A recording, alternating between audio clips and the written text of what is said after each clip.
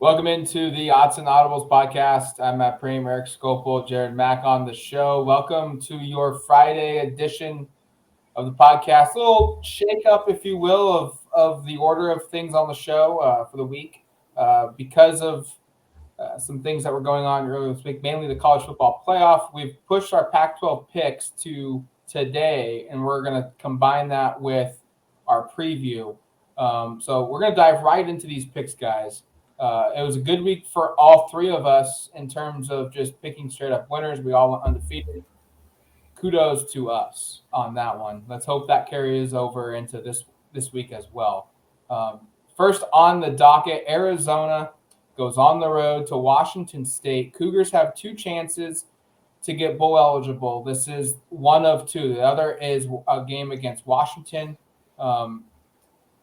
I am picking Washington State here. I think they are going to win this game. They're 15-point favorites, and I'm going to say that they cover by the slimmest of margins. Give me WSU 35, Arizona 14. Both these teams are coming off losses against the top two teams in the conference, so it's not like either one of these teams has played. They're pretty even in terms of what they're coming off of. And because it's in Pullman and because Washington State's just better, I'll take the Cougs to win and cover. I go 41-17 Washington State.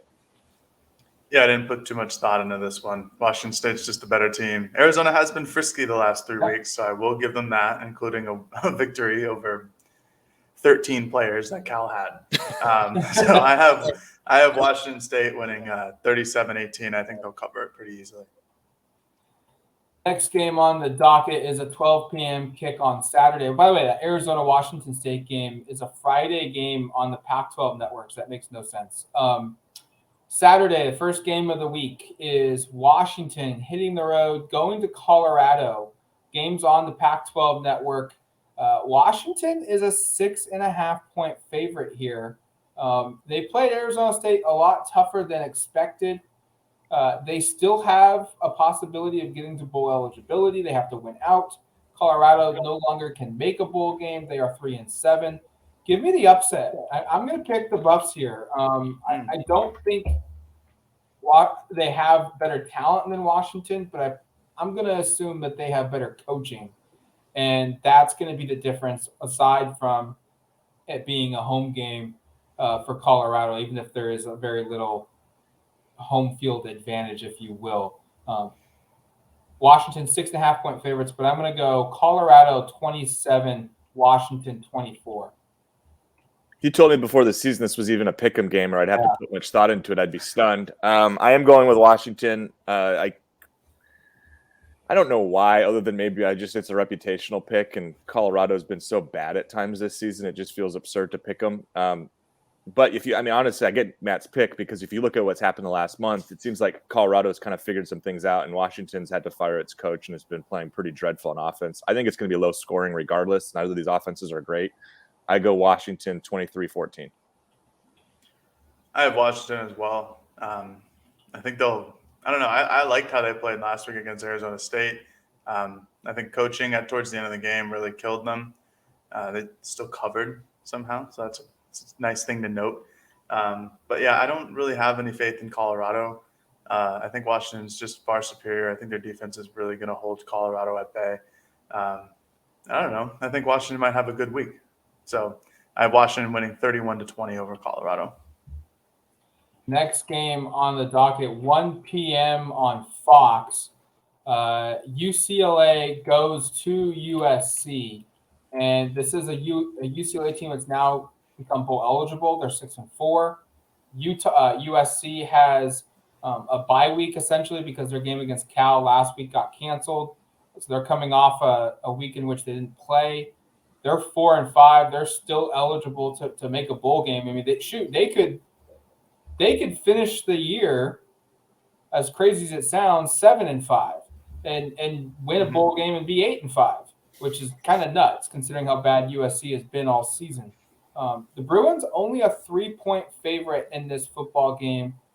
That kind of surprises me. I've seen some talk out there about betting this one hard on UCLA. I agree. I think they're the better coached team. They have the better defense.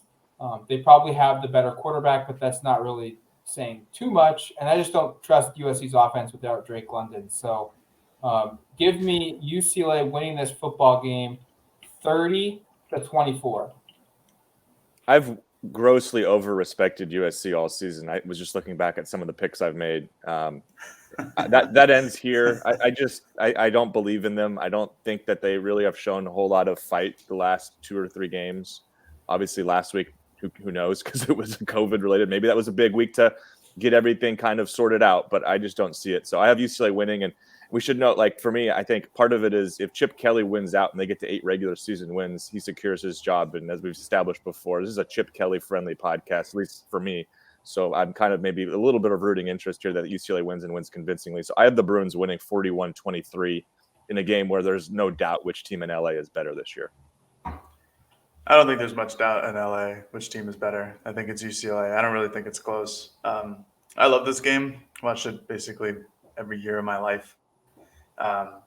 UCLA needs to stop anything that USC tries to do on the ground and really force USC to try to make some throws to the air because they don't have a quarterback. They've been having this scheme where they play both Jackson Dart and Keaton Slovis all the time.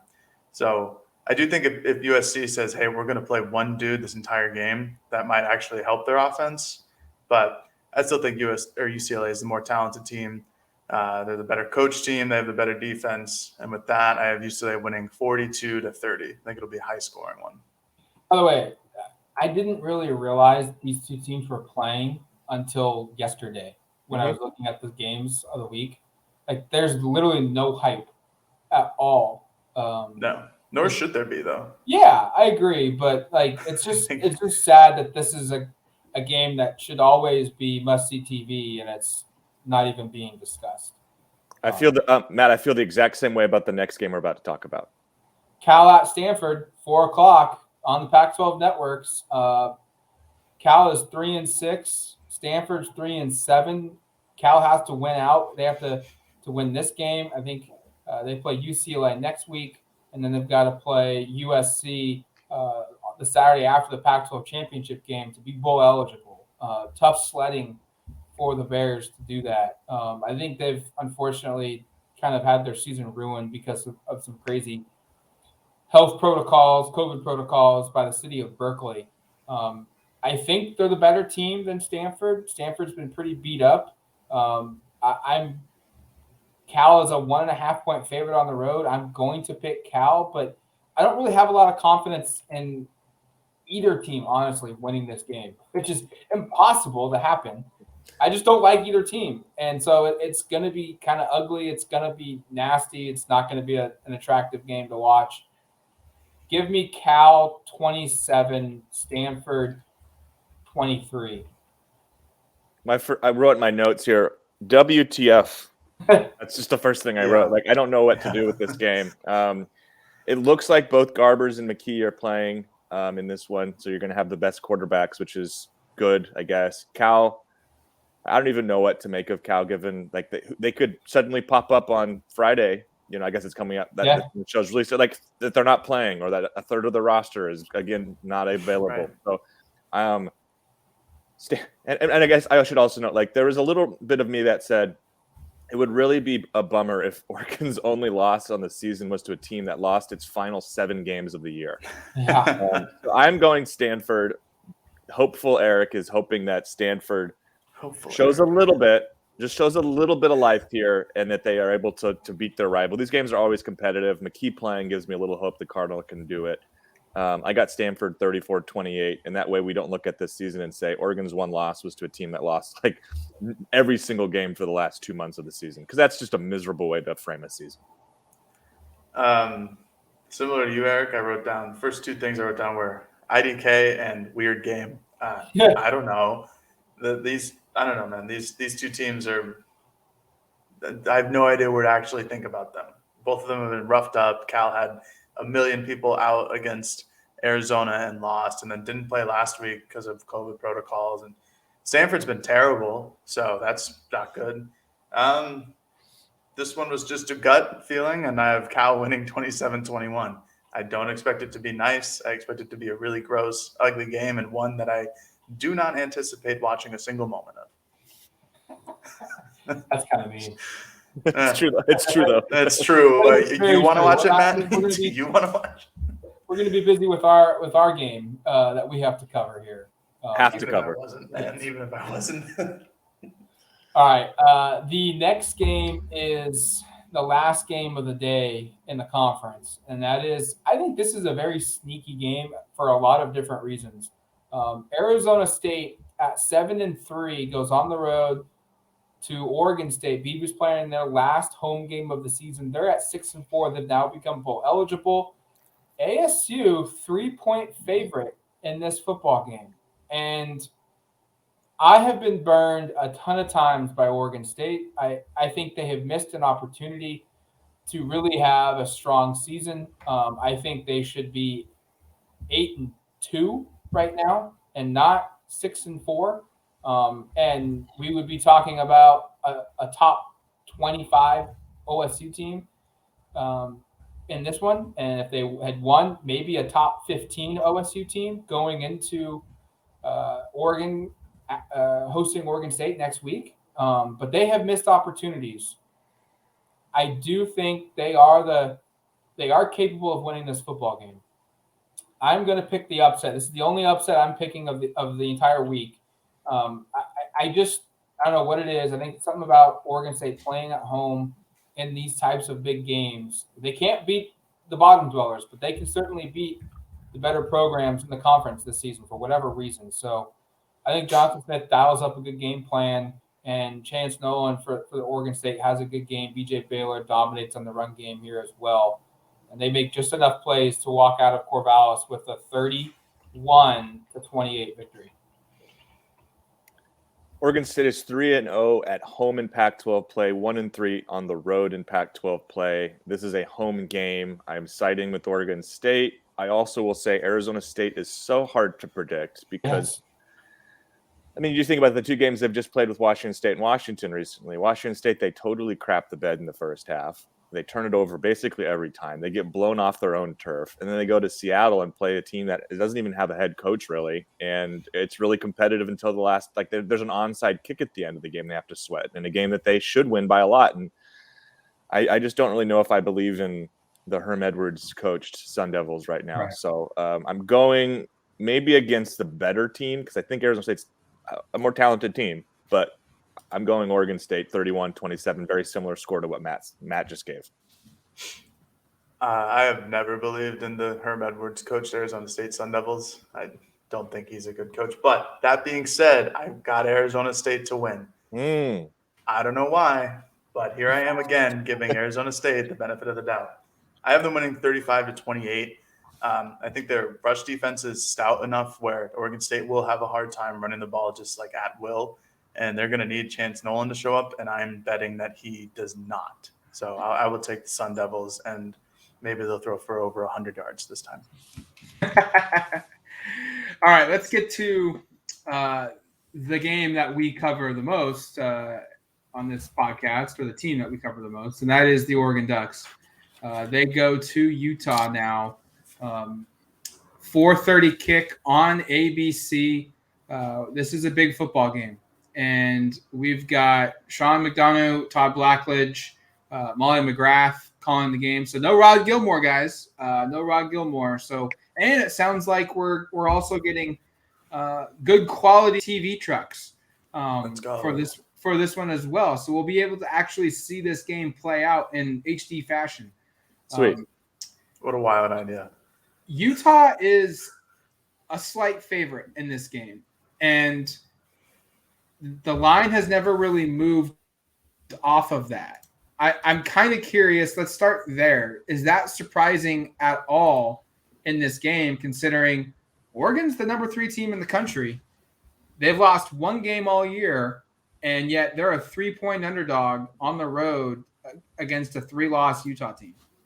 It certainly surprises me. I think when we did our podcast, trying to remember if it was a recap or if it was, because all these run together, if it was a mailbag show, we talked about And I made the point of, okay, well, Utah's opened as a favorite, but I wonder if Oregon will end up catching them or it'll be close to even. And again, as Matt said, the line has not moved really at all. That really surprises me. The fact that this is a 3-point line on the road suggests that these two teams are about even on a neutral site. And I just don't think that's a very fair representation of these teams. I'm kind of perplexed by it. I also understand we've been critical of Oregon playing inconsistently at times this season. That has happened. I think the month of November and the last couple of weeks of October were much better, though. And I think Oregon's been playing pretty darn good football.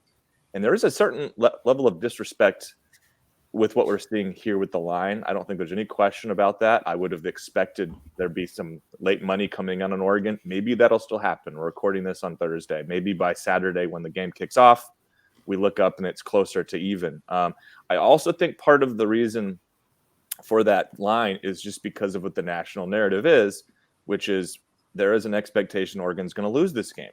And that's, I'm not saying everyone is saying that. That's not the case. There have been certainly publications that have sided with Oregon, but there's just kind of a growing kind of narrative that Oregon won't win this weekend. And I don't necessarily understand where that's coming from.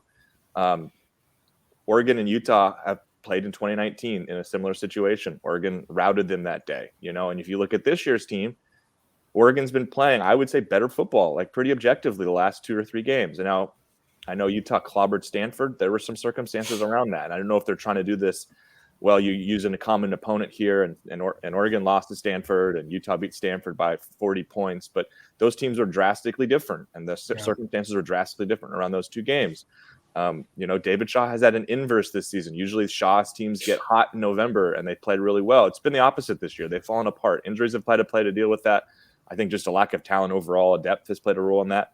Oregon got Stanford playing at a high level, and Utah got Stanford with its third-string quarterback playing at about a low level as possible. So I say all that I am confused a little bit this week with what I've been seeing, what I've been reading, what I'm hearing. I don't want to, again, I'm not trying to misrepresent anything that's happened on a national level, because there has certainly been, I've seen folks complimentary of Oregon and their chances in this game, but I'm kind of perplexed by the way that this game is being talked about, because Michigan State, Ohio State is talked about like Ohio State's the higher ranked team. They're like a 20-point favorite. Everyone expects that they're going to clobber the Spartans. I know this game is on the road as opposed to at Autzen, but I would have anticipated that Oregon would be getting similar. And I know Ohio State and Oregon aren't the same program, but Oregon would be getting similar, I guess, just respect from a national perspective, but they're not. And I don't know if that will fuel anything for Oregon. I'm sure that they're aware of the fact that they're underdogs. We should note Oregon is 2-0 this season as road underdogs. They were underdogs against Ohio State and UCLA. Maybe that plays a role. I'm picking them to win. We'll get to that in a moment. But I agree, Matt. I've been a little bit confused with how dismissive the national narrative seems to be about this game from an Oregon perspective. It just sort of feels like, hey, we don't want Oregon to be in this top 4. Let's hope they lose this week, because if that happens, then you don't have to worry about the Pac-12. Yeah, I was really confused when the line came out. I didn't expect Oregon to be like a 9-10 point favorite, but I did expect them to be a favorite, even though it's on the road. This is still the number 3 team in the country going against the number 23 team, a 7-3 Utah, who has played really well the last couple of weeks. Don't get me wrong, but so is Oregon. Like, it's as simple as that. They're both, firing on, like all cylinders at this point. Just as a reference, Alabama plays Arkansas this week. Alabama at home against Arkansas, who's number 21 in the country. I would go out and say that Arkansas is a better team than Utah. I don't really think that's going on a limb either. Alabama is a 21-point favorite. Like, okay.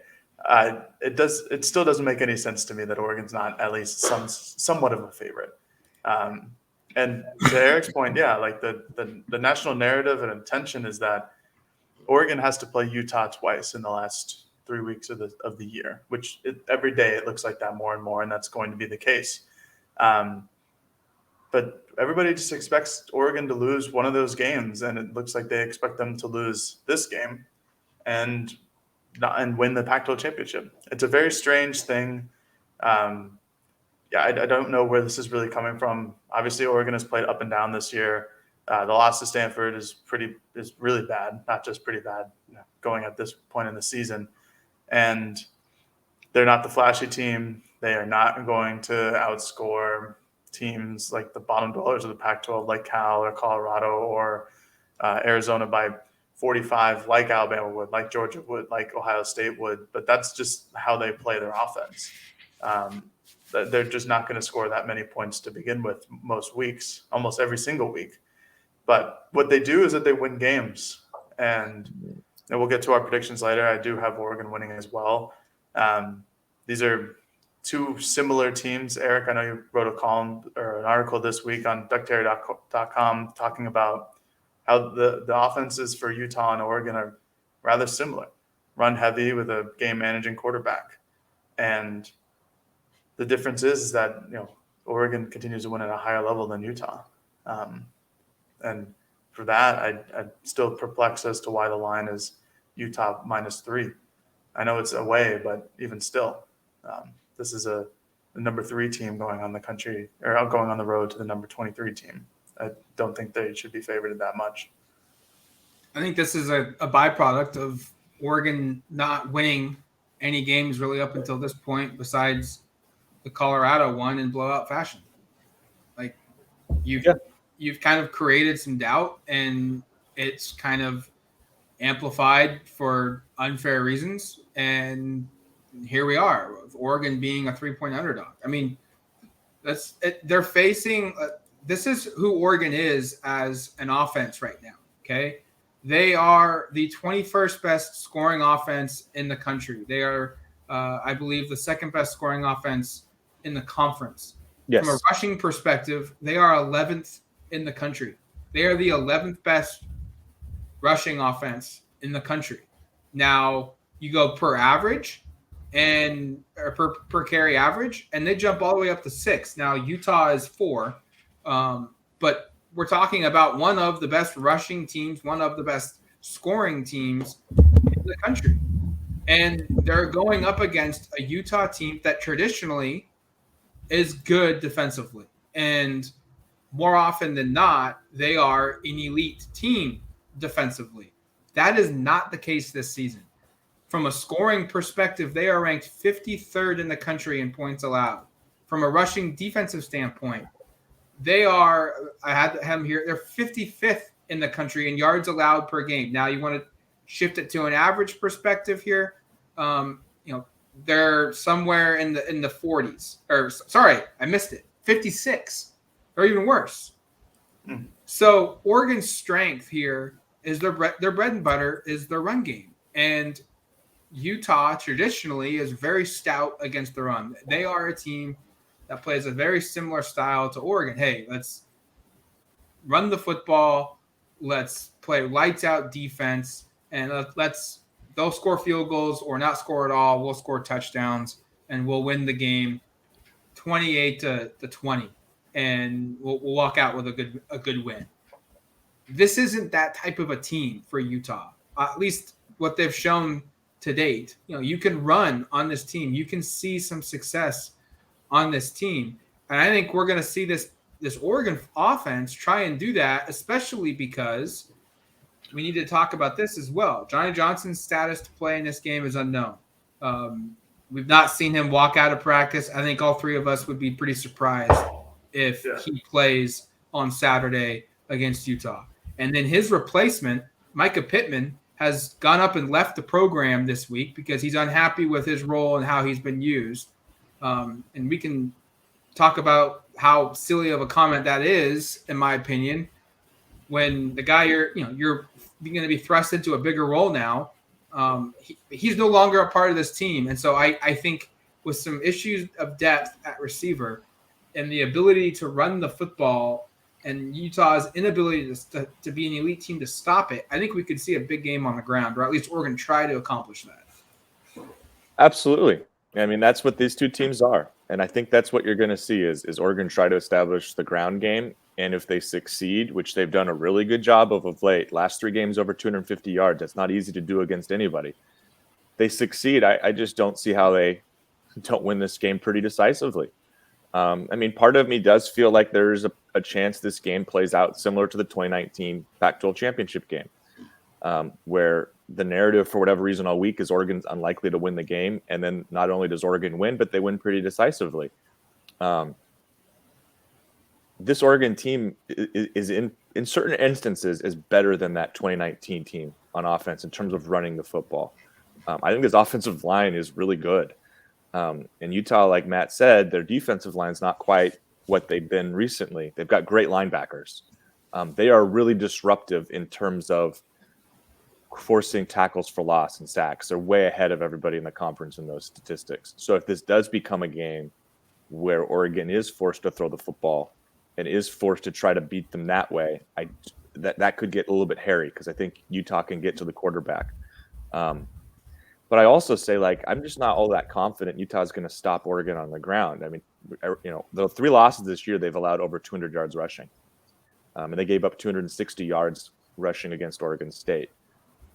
Oregon is just as good of an offensive in terms of running the football as Oregon State is. I really feel that way. So we'll get into some predictions and stuff. I don't want to spoil all the treats there in terms of what I see for this game, but I feel pretty positive. And again, I'm just a little surprised that it's Thursday this week and Oregon's number 3 and Utah's 23. I know we've said this already.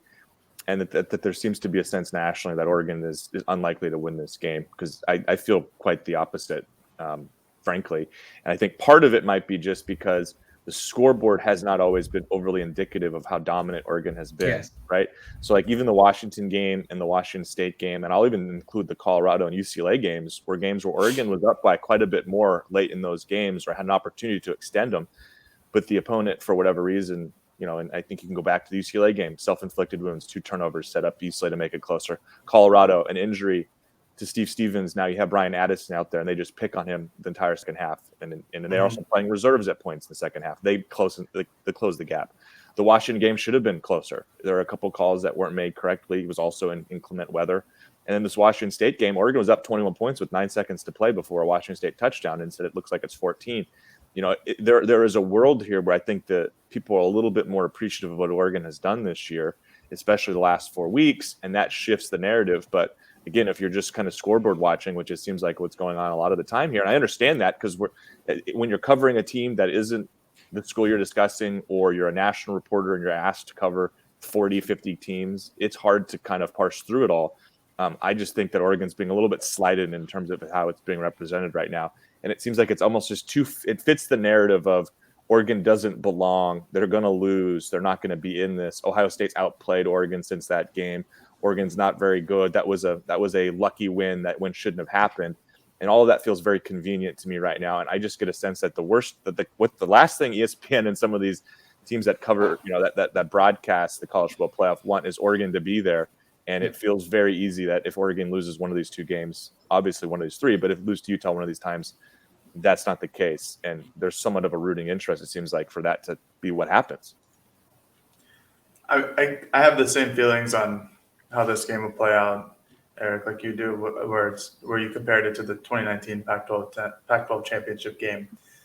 And that was a far better Utah defense, like not even close. They had a lot of NFLers on that defense. And I remember going into that game, Utah allowed, I think, like under 70 yards per game on the ground on the season. Crazy. I don't think, Jared, Utah had allowed a single 100-yard rusher going into the game, and then Verdell ran for 208 was my recollection. Right. And then Oregon finished the game with like 240 or 239, something like that. And that's kind of how I feel going into this game. I wrote an article on duckterritory.com where I kind of broke down how Oregon's offensive line is playing right now. And the last 3 games, Oregon has racked up a total of 891 yards on the ground, which comes out to an average of 297 yards per game. And that's astonishing. Like, that is absolutely ridiculous. So this offensive line, even through all of the injuries, the reshuffling, all of that, they're still dominating at a high level. And yeah, I think Utah's probably one of the better defenses in the conference. Don't get me wrong. It'll be a harder task than it was against Washington, whose defensive line isn't as good, or against Colorado or Washington State, but they're still dominating at a high level. Yeah. And I think when you get into a game like this, where Oregon can execute exactly what they want to do on the ground, that's really bad for any opposition. because once Oregon exploits that, they will continue to do it. And until you fix it, or at least try to fix it, they're not going to do anything else. You saw that against Washington. There were multiple drives where Anthony Brown threw the ball like 2 times max in like a 10-play drive, and Oregon just went down the field running. I'm still kind of perturbed by the -3 for Utah. I just don't understand it. Like, these are just 2 different teams, and again, like, the narrative of Oregon's going to lose one of these matchups to Utah. It's probably going to be this one because it's an away game. I don't know. I mean, for one, I don't really understand why, like, the narrative is like that the college football playoff doesn't want Oregon in there. I think that would help grow the sport. You need a West Coast team every once in a while, and if it's not going to be USC or Washington's not going to be a good program for a couple of years, it's going to be Oregon. And I think a lot of people would take that rather than have Oklahoma be back in it and see a bunch of, rematches of like the 2017 college football playoffs, like we've been seeing the last 3-4 years.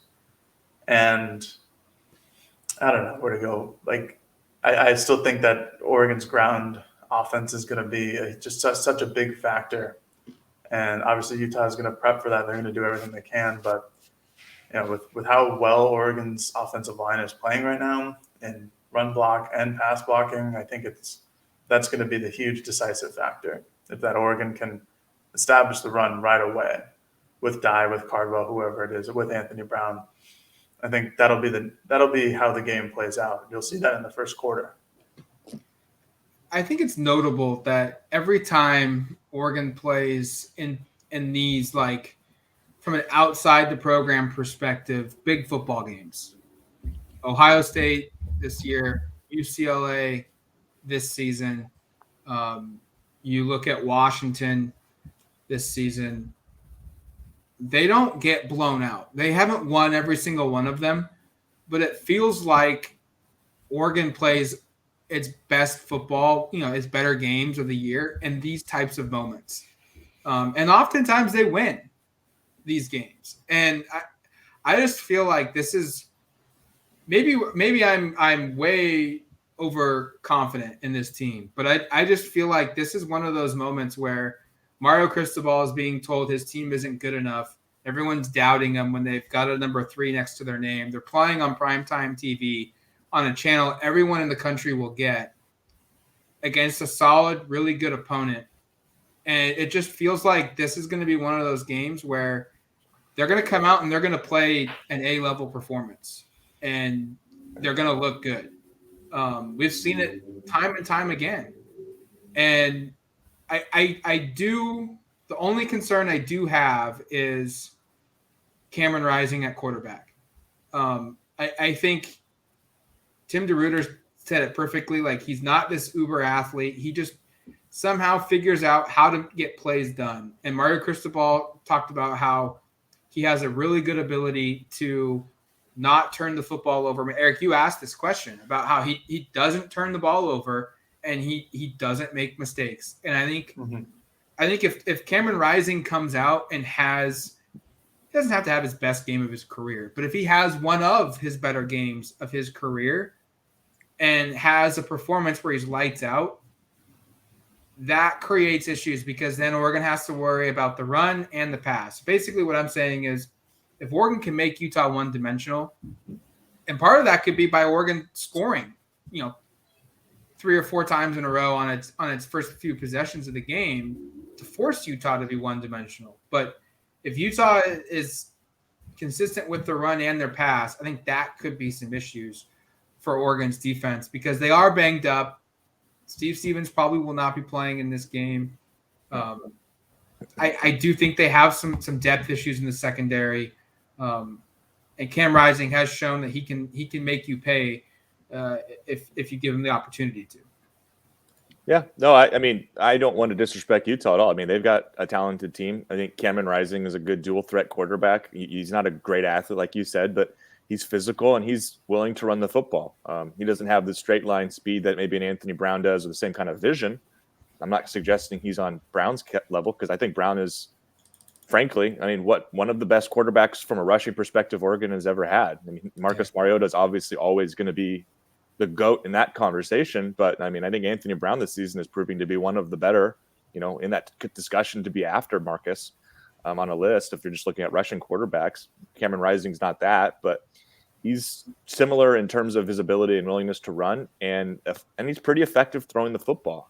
You look at the stats, nothing's going to blow you away. There's not gaudy numbers. Frankly, no one in the Pac-12 has them. But as Matt said, the fact that he hasn't thrown an interception, I did the stats, 129 pass attempts without one, 18 straight quarters without interception. He threw 2 interceptions in the first half against Arizona State, and then led them on a comeback in the second half. It was a big comeback, too. They were down 21 points at half. And then the subsequent 4 games after that, no turnovers, no interceptions from him. So getting to Cameron Rising, if Kayvon Thibodeau can have a big game and make him uncomfortable, maybe force him to make some throws he doesn't want to make, that can change it a little bit. But yeah, Cameron Rising is a very competent quarterback. I don't think there's any question about that. He's a veteran quarterback. This might be just his first year starting at Utah, but he's a 4th-year player in college. He started at Texas. Started his career at Texas, didn't start games at Texas, to be clear, and then transfer closer to home to Utah. Oregon recruited him out of high school. This is a very competent player. I don't know if necessarily he's going to be able to make those tough, big throws to beat you, though. And that's kind of the type of team that would really concern me from an Oregon perspective, of the NFL caliber arm with the NFL caliber receivers on the outside. I don't see that with Utah at all. No, I agree. I think this is a game where if Oregon can stop Utah's rushing attack with their defensive line play, which has been great recently, I'm all right if Utah has to have Cameron Rising try to beat Oregon. I think that's an opportunity that Oregon would take advantage of. And I still, like I've been saying all week, I still really like Oregon's pass rush against Utah's offensive line. I haven't been overly impressed with them. I've watched like 20, 30-minute long videos of every Utah game, and I just don't – I like their offensive line in terms of their rush blocking, but their pass blocking has some left to be desired. And it's, fortunate that Cameron Rising is really good on the ground. And so that's something that Oregon's going to have to prepare for and take advantage of. But I think they've done that in recent weeks. I think that started against Dorian Thompson-Robinson, UCLA. You've seen Noah Sewell become this type of spy where he just kind of sits near the line on pass plays and just follows the eyes of the quarterback. And you see him, jump up and block a couple passes every once in a while, and that's exactly what he's doing. He's waiting for either a short pass or he's waiting for the quarterback to go out and scramble. And no one's going to outrun Noah Sewell as a quarterback, and especially not Cameron Rising. So if Oregon gets into the end of the game where they're stopping the run and they're forcing 3rd down and longs, they've had an issue with 3rd down and longs this year, of course, but that's an ideal scenario for Oregon. I think obviously Utah runs a lot of 12 personnel sets, a lot of 2 tight end packages, and they use their tight ends probably more than anybody in the conference. But along the perimeter, I think Oregon's defense and their secondary can hold up. Linebacker coverage has always been an issue this year for Oregon, and it'll have to be something to work on and excel at against Utah, because they will try to exploit you in that facet of their offense. Kayvon Thibodeau is when Utah has the football, I feel like he was unblockable against Utah in the 2019 championship game. And could this be one of those types of performances for him? Because I think that's when he really kind of burst onto the scene. Everyone knew he was a 5-star. Everyone knew that he was going to be a really good college football player. But I think that game is what turned him into he could be a number 1 draft pick down the road when he comes out. Oh, he's maybe a top 5 pass rusher in college football right now. Could that be could we see something similar to that, where it's like he dominates and the feeling is, this is by far the number 1 draft pick? Because there is debate. Do you go quarterback even though they're not the best player, or do you just take the best player available, which is probably KT? Like I think that opportunity is here for him where he could, because Utah plays a style of football that he could be in a position to have a huge game. Are we doing our predictions? Because that's one of mine. Not to spoil it, but I could totally see that happening. And part of that is because teams have really schemed against KT all year.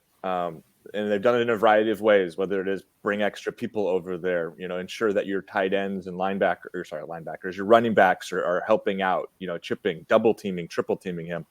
Washington State ran a lot of things right where he was at, like right over his head. Utah, though, is kind of I respect Utah in the fact that they kind of are who they are, and they're not going to really get caught up in trying to. I'm not saying they don't game plan for opposing players, because I'm sure they're going to have some wrinkles, but Utah's going to play the way they always play, and it's going to come down to can like a Brant Keithy as a tight end help out, because they're going to be in a lot of 12-man.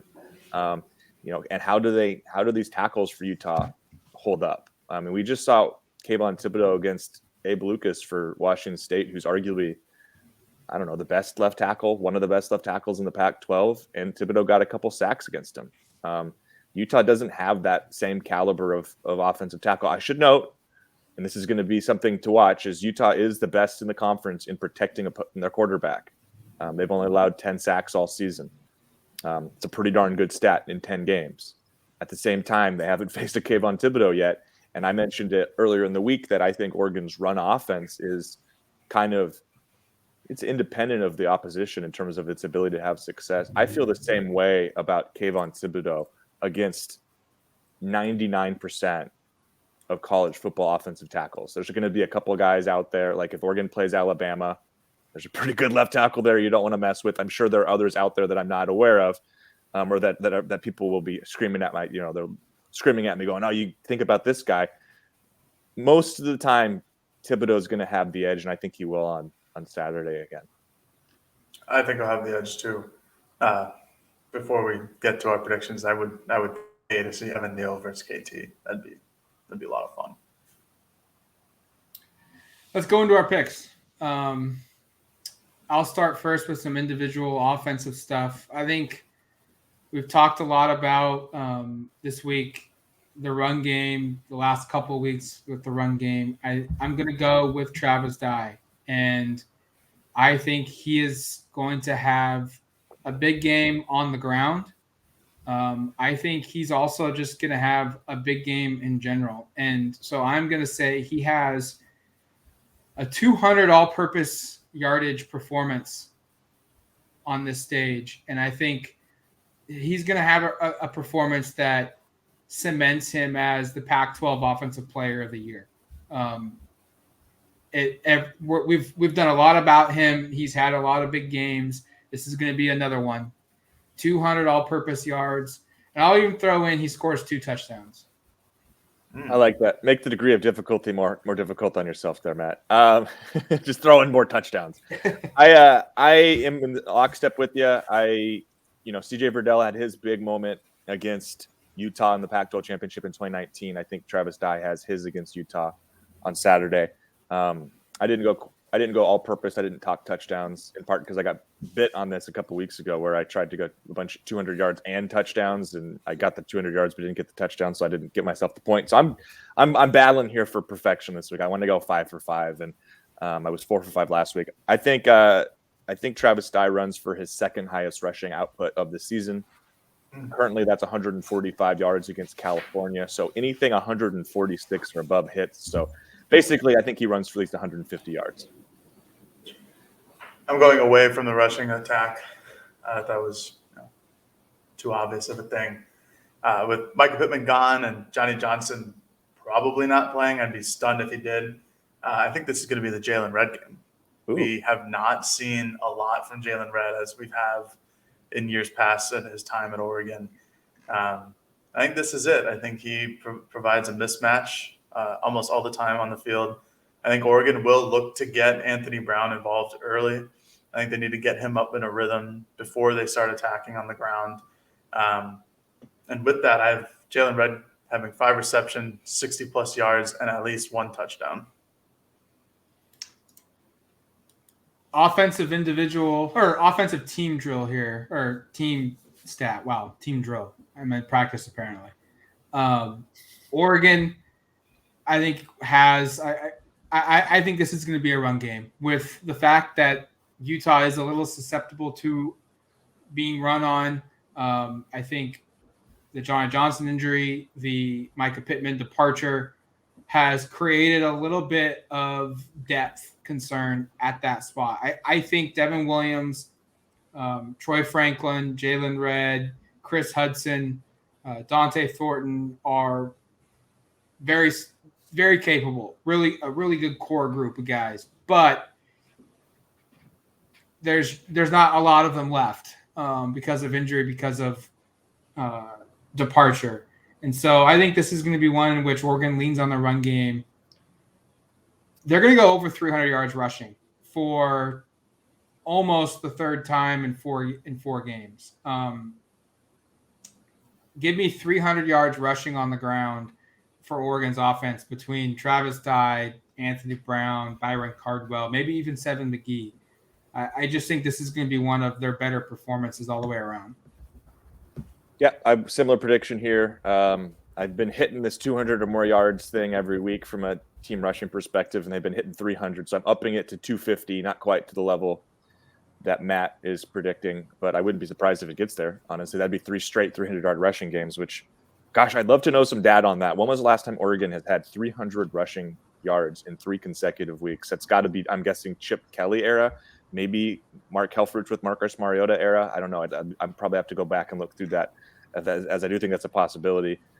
One thing I will just note in terms of the losses of Johnson and Pittman, and mostly just Johnny Johnson, because he's a fantastic blocker. I am a little bit aware of the fact that if DJ Johnson, who did not play against Washington State, and we don't have full clarity if he's available this week, Mario seems to indicate they're hopeful he will play. If DJ and Johnny Johnson don't play, you're removing your 2 best non-offensive line blockers from the equation. And if there is maybe a spot where Oregon's run game takes a bit of a hit, maybe it's just with the absence of those 2 guys. I'm not saying they can't run the football without them. And because I'm predicting they will, Matt's predicting they will, we think they're going to win in part because of their run game. Be aware of that part of if there's a big drop-off from Johnny Johnson to, Jalen Redd / Devin Williams / Troy Franklin. Those guys aren't as big and as physical typically. I mean, Jalen Redd blocks as hard as almost anybody out there, but he's not 6'2", 210 pounds like Johnny Johnson. And Terrence Ferguson and Maliki Matavao and Spencer Webb are not terrible blockers. Matavau's had some really good moments, and Spencer's had a couple too, some really bad ones as well. But DJ Johnson was a different level. So just a thing. Sorry, a slight digression, but I think to kind of monitor is the impacts of those 2 players' potential absences in the run game. Yeah, Oregon did pretty well last week without DJ Johnson. It would be really, really great for them to have him this week against Utah. But again, I'm in the same boat as y'all. I've got 250 yards or over for Oregon on the day on the ground. I just think that's just going to be Oregon's MO. That's what they've been doing the last couple of weeks. If they hit 300, that's 3 straight, like Erik said. If they hit 250, that's 4 straight games with at least 250 yards on the ground, which again is nuts. I mean, I brought up the stats earlier. Right now they're averaging 297 the last 3 games. I don't think they'll hit that. I do think they'll at least get over 200 yards, like very minimum. I just think they're going to ride their rushing offense again for the 4th straight week. I mean, it's just going to be a combination. Whether Travis Dye puts up 145 or 150 yards on the ground, or Anthony Brown has another 100-yard game, or Cardwell, McGee, maybe we see like a Jalen Redd end sweep, something like that. I just think that they're going to try to take advantage of Utah's defense and take advantage of Oregon's battle in the trenches and how I think they have the upper hand there. So I think they're just going to try to take advantage of it at all costs. All right, defensive individual, Kayvon Thibodeau. I'm expecting a big game from him, one of his best games of his career. I don't know how many sacks he's going to get in this one, but I am going to go with 5 or more tackles for loss in this football game. Big. That's big time. I'm going 2.5 or more sacks, which would match or best his career high, which is 2.5 against Utah in the 2019 conference championship game. He's had 2 games this year where he's had 2 sacks. That was against UCLA, and then last week against Washington State. I think he takes it up a step. And like we've said before on this show today, he just seems like he lives for the big moments. A lot of his best games have been in big moments, and I just have a sense and a feeling that he's ready to unleash another big one against Utah. And as Steve Bartle said, Utah fans are very aware of what Kayvon Thibodeau is. I think they get another reminder this weekend. I went completely different. I've got Jamal Hill having a day.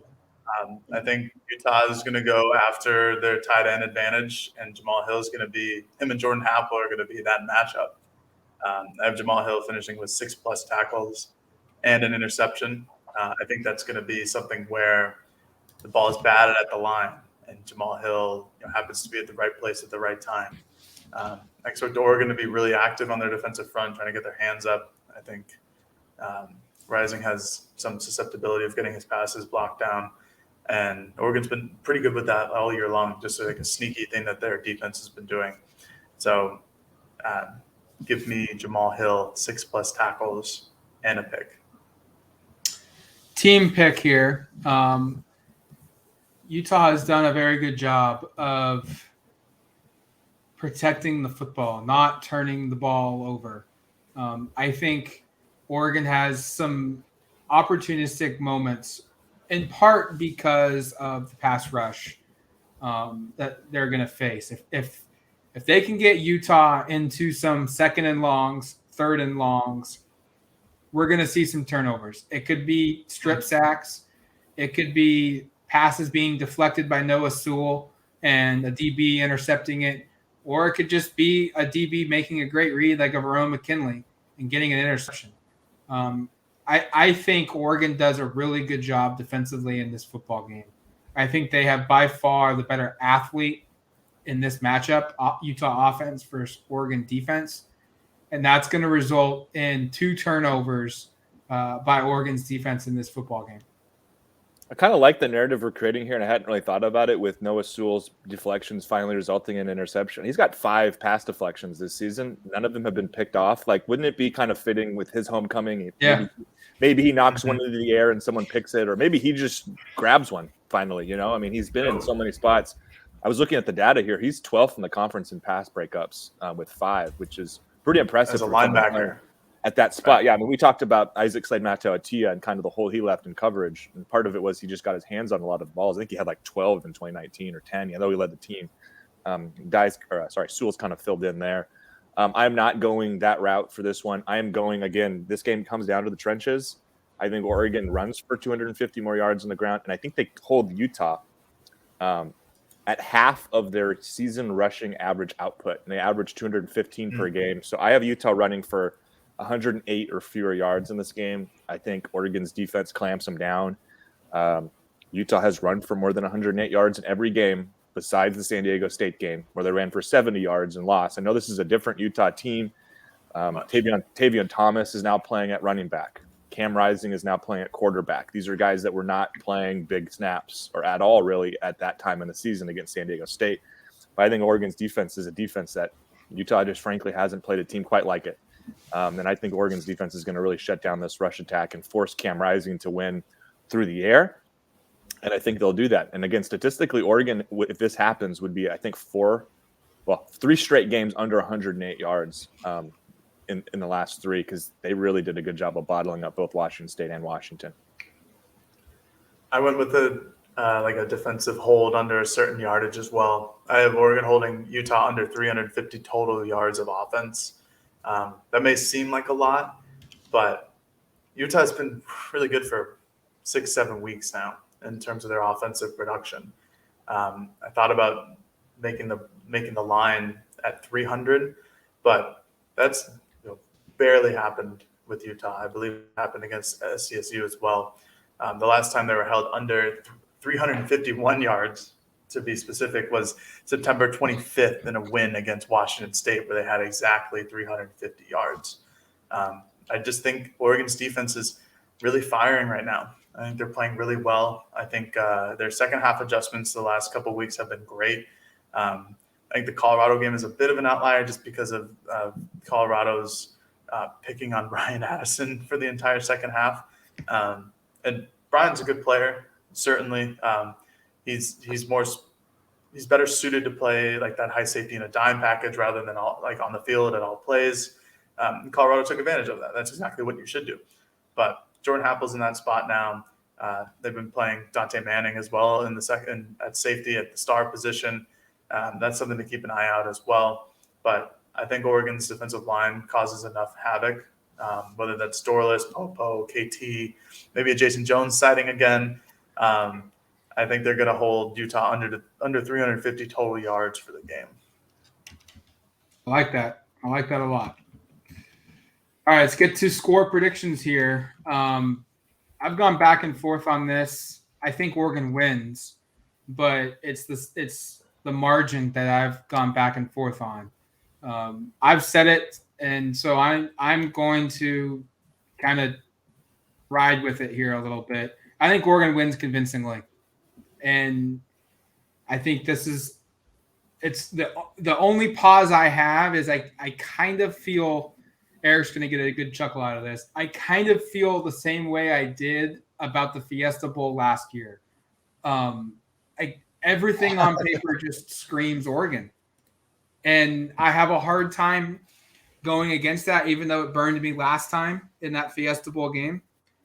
But I just think Oregon has the better defense. I think they have the better offense. I think they have the better individual player on defense. I think they probably have the better individual player on offense too.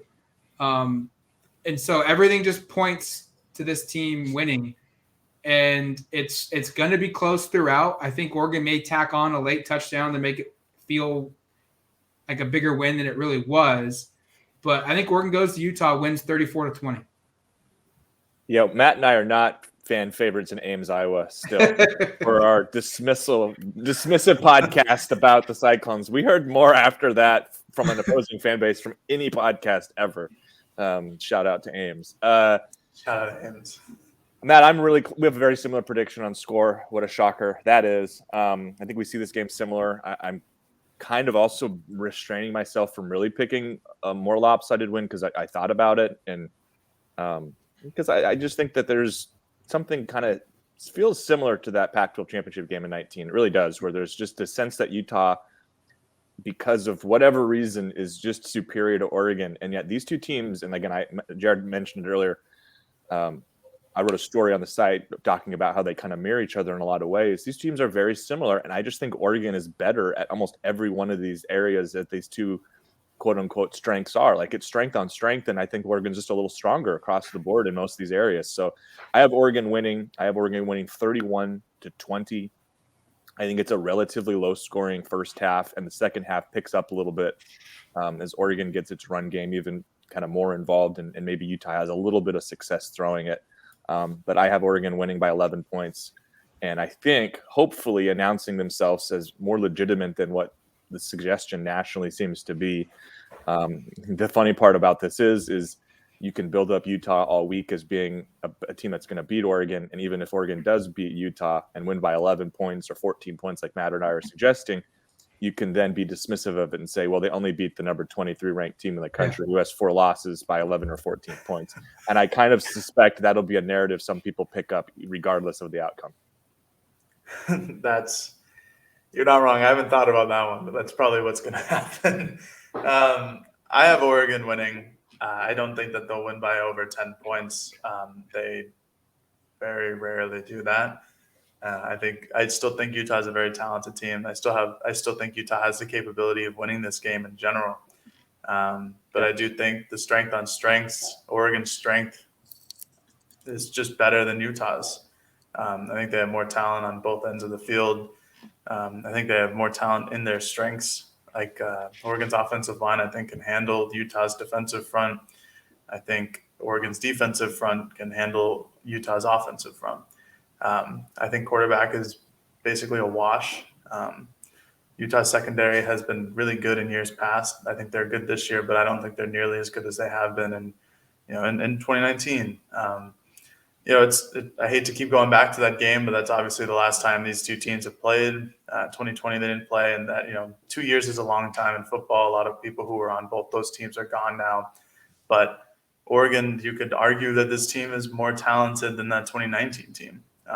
It's a tough one for sure, but they're number 3 in the country for a reason. They're moving the ball really well the last couple of weeks. Their defense has been shutting opponents down really well the last couple of weeks. This feels like it should be a statement game for Oregon. The issue is that Oregon just, they win statement wise, and they win definitively, but it's just on the box score when somebody on the East Coast wakes up on Sunday morning and checks the Oregon game and they win by 8 points. It's like, oh, well, Alabama won by 36. Why didn't they do that?